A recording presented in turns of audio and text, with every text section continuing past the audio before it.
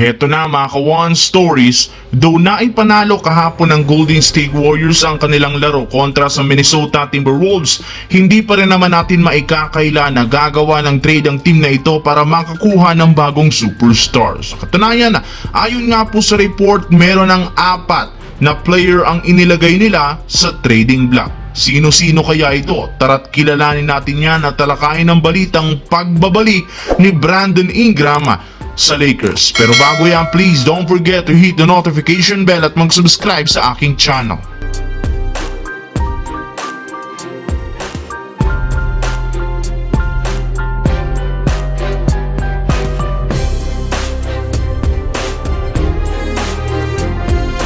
Kahit man nga po mga ka-One Stories, hindi maganda ang record at performance ng Golden State Warriors sa kanilang huling laro, nagawa pa rin naman nga po ng kanilang team na ma-maintain ang kalagayan bilang number 5 sa West sa kanilang hawak na record, 14-9. Sa madaling salita, maayos pa rin naman ang kalalagyan nila. Pero ayon nga po sa inilabas na balita, hindi rin naman ikinatuwa ng kanilang front office ang pinaggagawa ng team.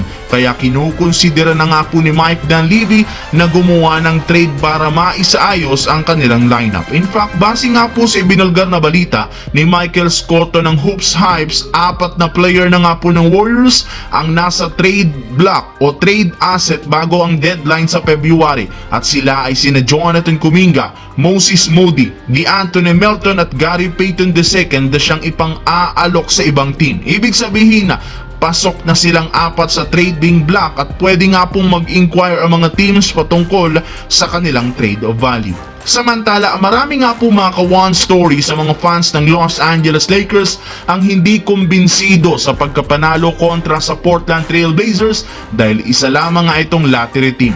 Wala nga talagang rason para matalo sila dito. Maging si Lebron hindi satisfied sa panalo ng team kahapon dahil kailangan para naman nga po nilang mapatunayan na kaya nilang makasabay sa mga legit na contender lalo sa Western Conference. Kita rin naman sa kanilang record na hihirapan silang manalo laban sa mga top teams kaya hindi nga po naninindigan si Lebron sa kanyang sinabi noon na kailangan ng Lakers ng pagbabago. Bagamat walang ibinigay na specific na pagbabago si Lebron na dapat mangyari sa Lakers, marami pa rin naman ang naniniwala na isa nga itong trade. At ang pinakamalapit na pwede nilang gawin ay ang pakikipag-reunite sa dating player na si Brandon Ingram.